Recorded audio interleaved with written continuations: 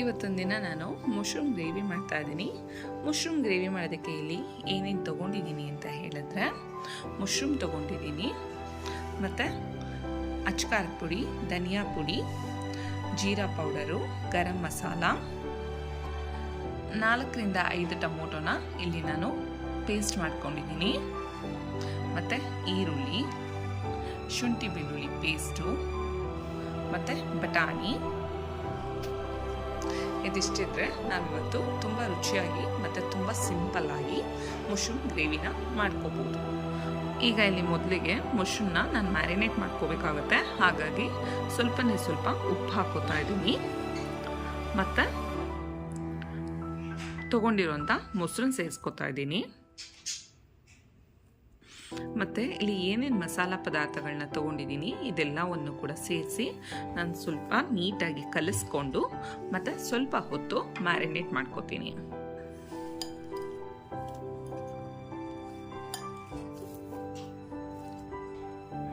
ಈಗ ನೋಡಿ, ನಾನು ಇದನ್ನು ಪೂರ್ತಿಯಾಗಿ ಕಲಿಸ್ಕೊಂಡಿರೋದಾಗಿದೆ. ಇದನ್ನು ಒಂದು ತಟ್ಟೆ ಮುಚ್ಚಿ ಹಾಗೆ ಸ್ವಲ್ಪ ಹೊತ್ತು ಬಿಟ್ಬಿಡ್ತೀನಿ. ಈಗ ಇಲ್ಲಿ ನಾನು ಒಂದು ಬಾಣಲಿನ ಕಾಯೋದಕ್ಕೆ ಇಟ್ಕೊಂಡಿದ್ದೀನಿ, ಮತ್ತು ಅದಕ್ಕೆ ಎಣ್ಣೆ ಹಾಕೋತಾ ಇದ್ದೀನಿ. ಒಗ್ಗರಣೆಗೆ ಪಲಾವ್ ಎಲೆ, ಚಕ್ಕೆ ಮತ್ತು ಲವಂಗ ಮತ್ತು ಜೀರಿಗೆ ಇದಿಷ್ಟನ್ನು ಕೂಡ ಹಾಕೋತಾ ಇದ್ದೀನಿ. ಮತ್ತು ತಗೊಂಡಿರುವಂಥ ಈರುಳ್ಳಿನ ಸೇರಿಸ್ಕೊತಾ ಇದ್ದೀನಿ. ಈರುಳ್ಳಿ ಸ್ವಲ್ಪ ಕೆಂಪಾಗೋವರೆಗೆ ಹುರ್ಕೋಬೇಕಾಗತ್ತೆ. ಈರುಳ್ಳಿ ಆಗಿದೆ, ಮತ್ತು ಇದಕ್ಕೆ ಶುಂಠಿ ಬೆಳ್ಳುಳ್ಳಿ ಪೇಸ್ಟನ್ನು ಸೇರಿಸ್ಕೊತಾ ಇದ್ದೀನಿ.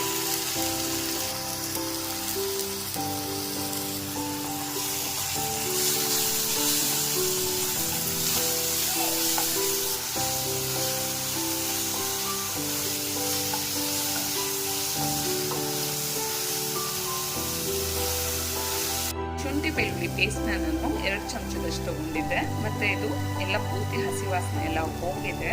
ಮತ್ತು ಈಗ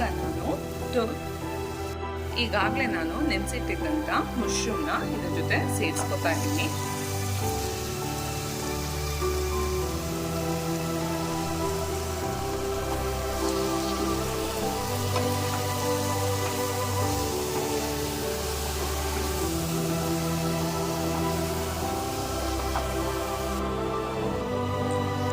ಮತ್ತೆ ಇದಕ್ಕೆ ಈಗಲೇ ನಾನು ಬಟಾಣಿ ಕೂಡ ಸೇರಿಸ್ಕೊತಾ ಇದ್ದೀನಿ.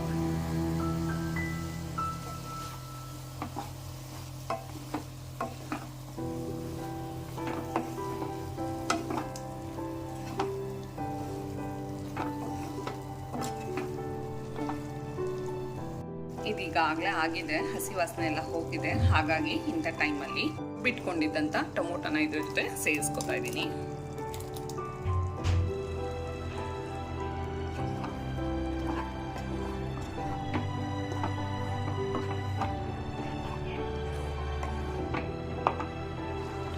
ಈಗ ಇದಕ್ಕೆ ರುಚಿಗೆ ತಕ್ಕಷ್ಟು ಉಪ್ಪನ್ನು ಸೇರಿಸಿ ಬಿಟ್ಬಿಡೋಣ, ಹಾಗೆ ಸ್ವಲ್ಪ ಹೊತ್ತು ಕುದಿಯೋದಕ್ಕೋಸ್ಕರ.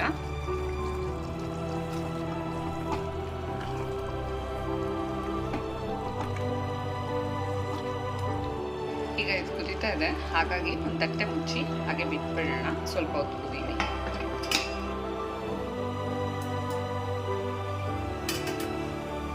ಪೂರ್ತಿಯಾಗಿ ರೆಡಿ ಆಗಿದೆ.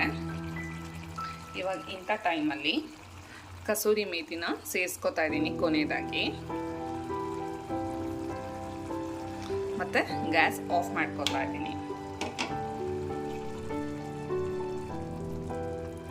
ಈಗ ಇದು ಯಾವ ರೀತಿಯಾಗಿ ಬಂದಿದೆ ಅಂತ ಹೇಳಿ ಸರ್ವಿಂಗ್ ಪ್ಲೇಟ್ಗೆ ಹಾಕಿ ತೋರಿಸ್ತೀನಿ ನಿಮಗೆ.